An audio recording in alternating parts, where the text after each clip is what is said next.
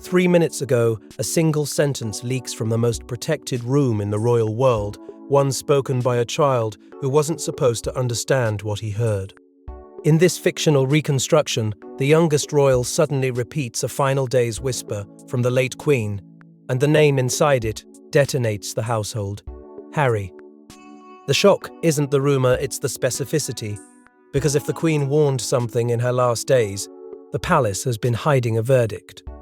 Before we go deeper into what this really means for the royal family, make sure to subscribe so you don't miss a single update. This is where our docudrama premise ignites like a match in a room full of gas. Because in this fictional world, the palace isn't built to fear gossip, it's built to fear authoritative memory. A child repeating a line is one thing. A child repeating a line attributed to the Queen's final days is something else entirely. Final days don't just carry emotion in a monarchy, they carry weight. They become a kind of unofficial law, the last stamp of legitimacy people use to end debates. And when that weight is attached to one name, Harry, the entire household doesn't just stiffen. It reorients instantly, like a compass yanked by a stronger magnet. The whisper is framed as uniquely dangerous because it can't be brushed aside like ordinary rumor. It doesn't come from a source. It comes from a child's mouth, and that innocence acts like armor. In this dramatized reconstruction, nobody wants to accuse the youngest royal of agenda. They can't, which is why the moment he repeats the sentence, the adults around him don't argue with him, they react to the implications. And the implication is brutal. If the Queen said something about Harry in her final days, then someone in the palace has known it all along, not as gossip, as a verdict. That's where the central tension snaps into place. Love versus duty, memory versus narrative control. Because the palace doesn't just manage headlines, it manages meaning. It decides which memories become history and which become private grief. And in this fictional telling, the family wound around Harry is already sensitive public obsession waiting for a spark. The name is the match. It's the one word that can split loyalties without anyone raising their voice. It turns every neutral face into a potential witness and every silence into a potential confession. The public might hear drama, the palace hears vulnerability, and the story teases something even more unsettling. The child's line wasn't accidental, not because the child intended to expose anything, but because someone overheard and someone failed to contain it. In palaces, containment is a reflex, not a choice. So the moment the sentence slips out, the machinery begins moving, calls that don't leave records. Staff suddenly checking schedules, a tightening of who is allowed near whom. Sudden adjustments that look like routine on paper but feel like panic in the air. This isn't how a family behaves when it's simply sad. It's how an institution behaves when it's threatened. And what makes it feel like a real crisis in this dramatized reconstruction is the speed. The palace doesn't wait for confirmation. It acts as if confirmation is irrelevant because belief is what matters. If people believe the Queen issued a warning, then the monarchy is forced to respond to the belief, either by denying it, which risks looking defensive, or by ignoring it, which risks looking guilty. That's why the internal response turns so cold, so quickly. It's not just about protecting the Queen's memory. It's about protecting control over what her memory means. Then comes the cliffhanger detail that changes the emotional temperature completely. The whisper allegedly includes a directive, not emotion, but instruction, not a soft farewell. A line that sounds like a command, the kind that would force action if it became widely believed. And the moment that possibility enters the room, everyone understands the real danger. This isn't a story about what was said. It's a story about what the palace might be forced to do next if the public decides those final words were meant to be obeyed. And to understand why that single whisper feels like a royal alarm, we have to talk about the palace's most dangerous currency: final words. In ordinary families, last words are grief. In this fictional monarchy thriller, last words become leverage, because when the Queen speaks near the end, people don't hear a grandmother, they hear a symbol, and symbols don't just comfort, they authorize. That's why the household isn't asking whether the whisper is true. It's asking what it would force them to do if the public believes it. Because final words inside a monarchy don't behave like memory, they behave like currency. They sanctify decisions without paperwork. They end arguments without votes. They turn messy disputes into something clean enough to enforce. That's why reverence becomes weaponized so easily in this fictional reconstruction. One faction murmurs, "She would have wanted," and suddenly preference becomes policy. Another side counters with "respect her privacy," and privacy becomes a shield strong enough to block accountability. Meanwhile, public mourning stays soft and human flowers, tributes, silence. But inside the palace, grief is managed like PR, not because nobody feels it, but because feeling it openly is dangerous. Emotion creates unpredictability, and unpredictability creates headlines. The stakes rise because last words can reshape alliances overnight. A single line, if believed, can change who gets invited, who gets trusted, who gets forgiven, who gets watched. That's the paranoid truth of the palace. Meaning moves faster than evidence. And there's a pattern, hinted at in this dramatized telling, that makes the household's reaction feel practiced. Previous farewell lines have been used to close debates before, never loudly, never officially, but quietly, like a velvet hammer. The moral problem becomes impossible to escape. Do you protect truth, even if it destabilizes the institution, or protect stability, even if it requires managing the truth? Then the cliffhanger tightens the story into something sharper than rumor. An insider hints the whisper was recorded in a private note, not a public statement, not an offhand recollection, something written down, preserved, and therefore controllable. And that changes everything, because paper creates possession, paper creates custody, paper creates motive. But if the whisper exists on paper, then the next question is brutal. Who has it and who wants it erased? In this fictional reconstruction, the youngest royal doesn't understand politics, he understands tone. He remembers the pause, the softness, the heaviness of a name. And that's what makes the palace panic. A child can't be accused of strategy, which makes him the most credible witness in the room. Suddenly, protecting him becomes the perfect excuse to isolate him and to control what he's allowed to repeat ever again. That's the cruel paradox at the heart of this chapter. Innocence becomes evidence. The child's recollection is raw, unpolished truth, no agenda, no spin, just the emotional imprint of a moment adults desperately want to reframe. And the palace reflex is immediate. Protection doubles as containment. The family wants to grieve like humans, that the institution wants to govern like a machine. So shielding becomes procedure. Fewer casual conversations, tighter routines, kinder smiles that carry sharper boundaries. Adults begin correcting memory without ever calling it correction. They offer rehearsed alternatives gently. Maybe she meant something else. Maybe you misheard. Perhaps she said it differently. Soft suggestions designed to make the truth feel unstable without calling the child a liar. That's where moral ambiguity bites hardest. Is the palace shielding a child from becoming a headline? Or silencing a witness because a headline would expose something the institution can't defend? In this dramatized telling, the answer changes depending on who's speaking, and that's the point. Because every adult in the room can claim virtue while performing control, and the fear deepens when the child repeats the whisper differently the second time. Not because the child is deceitful, but because children absorb pressure. They adjust to emotional weather. They learn quickly which words make adults freeze. Then someone says the line that turns the entire story into an accusation. He shouldn't have heard that. Not, he miss you. Understood. Not, it's being exaggerated. He shouldn't have heard it. Which implies the room was not meant to include him. Which implies someone failed, or someone allowed it, or someone wanted a witness they could later claim was confused. And if he shouldn't have heard it, then the story stops being about a whisper and becomes about who let it happen. In this fictional thriller, the fight isn't over what the Queen said, it's over who was close enough to hear it first.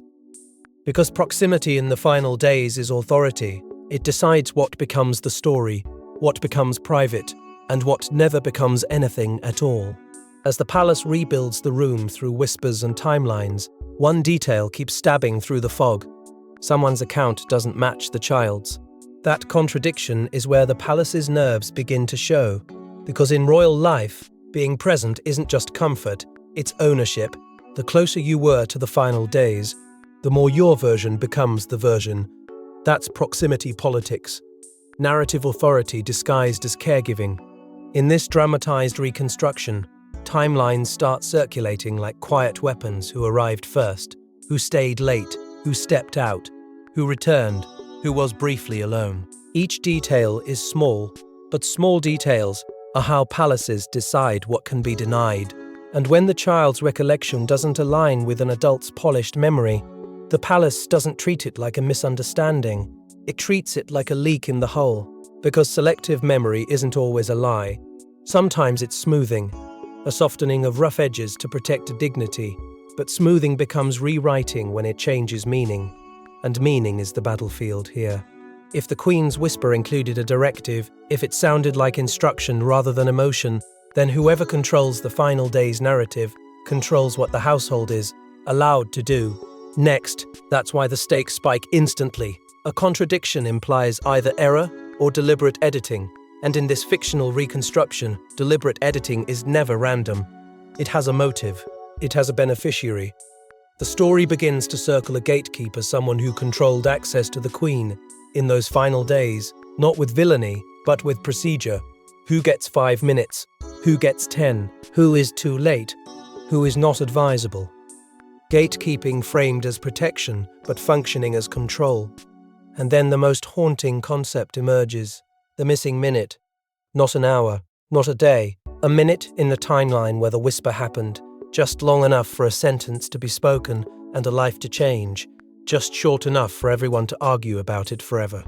That's the horror of palace timekeeping. The smallest gap can hold the biggest truth. Then the cliffhanger hits like a cold hand on the shoulder. A staffer claims the room was cleared except one person. One person left behind when everyone else was moved out. One person close enough to hear everything, to shape everything, to later say, that isn't what she meant. And in this dramatized thriller, that line doesn't just raise suspicion, it redraws the entire map. Because once you suspect the room was controlled, the next step is obvious. Follow the trail to the palace machine that makes contradictions disappear. When the palace panics, it doesn't shout, it organizes. In this fictional reconstruction, the moment the whisper leaks, containment protocols snap into place, calls without records, meetings without calendars, and statements so clean they feel pre-written. The goal isn't to prove anything. It's to stop the public from forming a belief. Because once belief hardens, the palace can't unmake it, only redirect it. First comes the 3-layer containment, executed with terrifying calm. Silence, fewer comments, fee. Where clarifications, fewer chances for anyone to say the wrong thing. Substitution, new explanations floated like soft blankets. Misheard, misquoted, private grief, respectful silence. Phrases designed to sound compassionate while quietly draining the story of its force. And scapegoating, because if the public won't let go, someone smaller must hold the blame. A staffer who failed to maintain boundaries, a family friend who misinterpreted, a vague miscommunication that absorbs pressure without touching the real question. Access warfare follows immediately. Who gets briefed? Who gets isolated? Who is protected? And who is quietly removed from rooms they used to enter freely? Staff fear becomes an invisible wall. Careers depend on not being the source, not being the messenger, not being the person whose name ends up attached to the whisper. And the emotional cost is savage. Family grief becomes strategy. Tenderness becomes caution. Even memory becomes a contested asset. In this dramatized reconstruction, you can feel how quickly love is forced into a defensive posture, because the institution has decided the priority isn't healing, it's control. A new danger begins to glow under the surface, an internal leak, motivated not by money, but by conscience or revenge. Someone thinks the whisper proves someone lied. Someone thinks the room was managed. Someone thinks the Queen's final words are being used like a tool. And that's when the palace locks down hardest. because you can fight rumors with statements, but you can't fight conscience with PR. Then the message circulates cold, simple, final. No one speaks without clearance.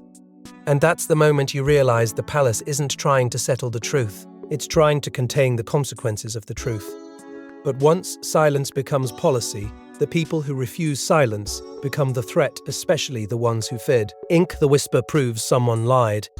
In this fictional thriller, the whisper doesn't unite the family, it divides it with surgical precision. Some want the Queen's words treated as sacred truth. Others want them sealed forever. Opportunists want them weaponized. Protectors want them buried for stability. And the cruelest part, everyone claims they're defending the Queen's legacy, while quietly positioning themselves to control what her legacy will mean. The factions form fast because the whisper is more than a sentence, it's a key.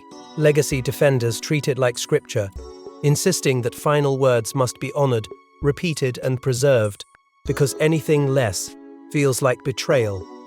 Stability protectors treat it like a hazard, arguing that even true words can be dangerous if they fracture the family in public. Opportunists treat it like ammunition, because a whisper linked to Harry is a headline with endless shelf life, a lever that can tilt sympathy, punish rivals, and elevate whoever controls the narrative first. Reformers treat it like a warning sign, pushing for transparency, not out of kindness, but out of fear that secrecy will rot legitimacy from the inside. Leaks become warfare immediately, and they don't arrive as full confessions. They arrive as timed sources with carefully measured emotion. One leak builds sympathy, soft grief, gentle framing, respectful remembrance. Another leak builds blame, irresponsible repetition, inappropriate timing, private family moment exploited. The palace doesn't just fight the story, it fights the feelings surrounding the story, because feelings decide what the public repeats. Access becomes power in the background. Who can brief senior royals first? Who can secure a private audience? Who can shape what the family hears before the family speaks? And inside the household, the emotional fault line widens because people beguile. Choosing sides out of fear, not conviction, fear of being seen as disloyal to the Queen's legacy, fear of being associated with Harry's shadow, fear of being blamed for turning grief into spectacle. Then the trap begins to take shape, subtle and cruel. Someone wants a public overreaction, not from the institution that looks defensive, from a person, a visible flash of anger, a poorly phrased denial, a sudden push for censorship, anything that can be framed as instability. Because once someone overreacts, they become discredited. Their motives become suspect. Their grief becomes strategic. In this dramatized reconstruction, grief becomes collateral damage, weaponized by people who claim they are protecting the Queen, while quietly using her final days as leverage. And then the cliffhanger arrives like a sealed envelope nobody admits exists. A rumor spreads of a note titled, "For the family only." Not a public document, not a memoir, a private seal with authority implied by the label alone. The household goes colder because a sealed note doesn't just contain memory, it contains ownership. Whoever holds it can decide what counts as truth and what counts as misremembered. And once a sealed note is rumored, the battle stops being about what was said, it becomes about who owns the proof. In a palace, proof is more dangerous than scandal because proof forces action. In this fictional reconstruction, whispers evolve into documents. A private note, a staff log, maybe even a recording that was never meant for outsiders. And once proof exists, the household's fear changes shape. It's no longer, will people talk? It's what will we be forced to do if this becomes undeniable? This is the proof ladder climbing in real time. Rumor turns into witness, witness turns into document, witness turns into document, and document turns into irreversible crisis. Because once evidence is tangible, it stops being a debate about interpretation and becomes a debate about consequences. Evidence splits allies instantly. Some argue for privacy, insisting the Queen's dignity must not be dragged into public conflict. Others argue for truth, insisting the institution can't build legitimacy on selective memory. The ethical dilemma sharpens until it hurts: protect the Queen's dignity or protect the monarchy's honesty. In this dramatized thriller, The palace tries to have both, but trying to have both often means controlling the proof rather than confronting it. The tension spikes when the story hints that proof implicates a powerful gatekeeper, someone who controlled access, controlled narrative, controlled who got the official version first. That implication turns documents into threats, because gatekeepers don't lose quietly. They protect themselves with process, and process can be weaponized just as easily as rumor. Someone tries to purchase silence rather than argue facts because money can't erase memory, but it can slow it down, bury it, distract it, relocate it into paperwork until the public gets bored. Evidence is moved to a secure location, which in palace language means it's being controlled. Secure doesn't always mean safe. Sometimes it means inaccessible. Sometimes it means reverent. Then the cliffhanger lands with the kind of simplicity that makes everything feel like a chase. An insider says, "There's one copy they don't have, not one rumor. One copy. And if there's a missing copy, then the next phase becomes a chase, because the palace can't control the future until it controls the evidence." You've seen the royal wave and the perfect calm. But in this fictional reconstruction, every appearance becomes camouflage. The palace can't admit a final day's whisper dispute without detonating confidence, so it performs unity instead. But unity performed too hard starts to look like pan.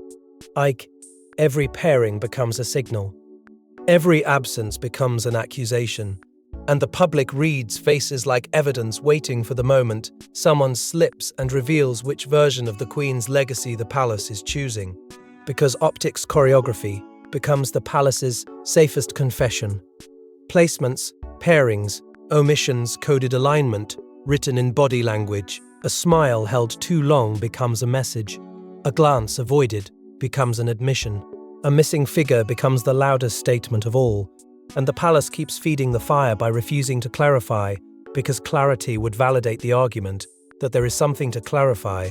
So silence becomes a weapon, denials that deny nothing, ambiguity that breeds speculation, and carefully polished phrases that calm no one because they feel too perfect to be human. In this dramatized thriller, one reassurance statement lands with unnatural smoothness, every word too precise, every pause too practiced, and instead of calming the public, it triggers suspicion. It sounds like a script written to protect a narrative, not a family written to protect a memory. Public reaction intensifies in waves, rising and crashing against the palace's polished surface. Sympathy floods toward the most vulnerable. Outrage flares at the perception of manipulation. Conspiracy appetite expands because the public senses a power struggle hiding behind mourning, and the risk is merciless. One protocol slip confirms the worst theories. A schedule change without explanation, an unexpected absence at a public moment. A substitution that feels temporary but looks like a reshuffle. In royal life, timing is meaning, and meaning becomes fuel. Then the cliffhanger hits with an inevitability that makes you realize the palace is no longer steering the story is steering the palace. An unexpected cancellation forces a reshuffle no one can hide. The back kind of reshuffle that turns routine into emergency in the public imagination, whether that's fair or not. Suddenly, the faces on display feel like evidence, not reassurance. The palace can't deny what people are already seeing. It can't explain without confirming the fight, and that reshuffle forces the palace into its most dangerous phase, because now it must choose whether to settle this privately or risk a public reckoning. What happens when the palace has to admit the truth to itself, even if it can't admit it to the world? In this fictional climax, ceremony collapses behind closed doors, and the real monarchy appears, strategic, frightened, furious. The whisper becomes a verdict. The proof becomes a weapon. And the question that ends all arguments lands like a sentence. Do we protect the family or protect the crown? Because once the crown chooses, someone will be sacrificed. The summit is built for damage control, minimal staff, maximum consequences, and the room feels like a sealed chamber where every word has a price. Grief collides with institutional survival in real time. One side argues that dignity must be protected, that the Queen's final days must not become a public tug-of-war. Another side argues that truth can't be managed forever, because managed truth becomes perceived deceit, and perceived deceit becomes a legitimacy crisis.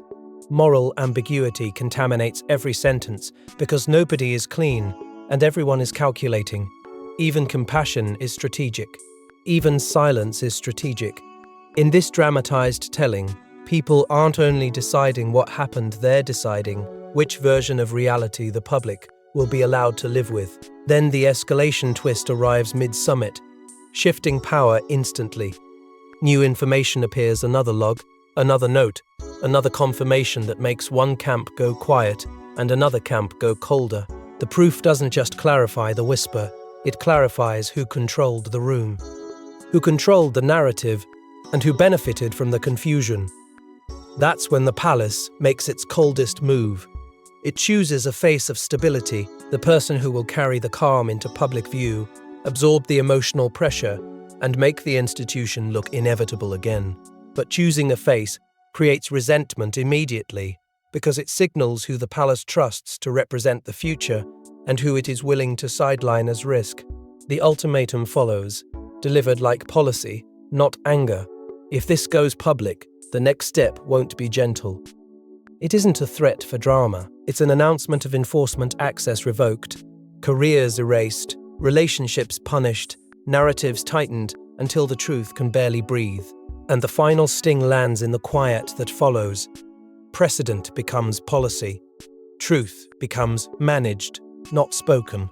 The palace survives by turning memory into procedure, brief into strategy, and whispers into controlled outcomes. And when precedent becomes policy inside a monarchy, the real question isn't what was whispered, it's what else the palace believes it can rewrite next. Thanks for watching. Please don't forget to like and subscribe, and we will see you in next one.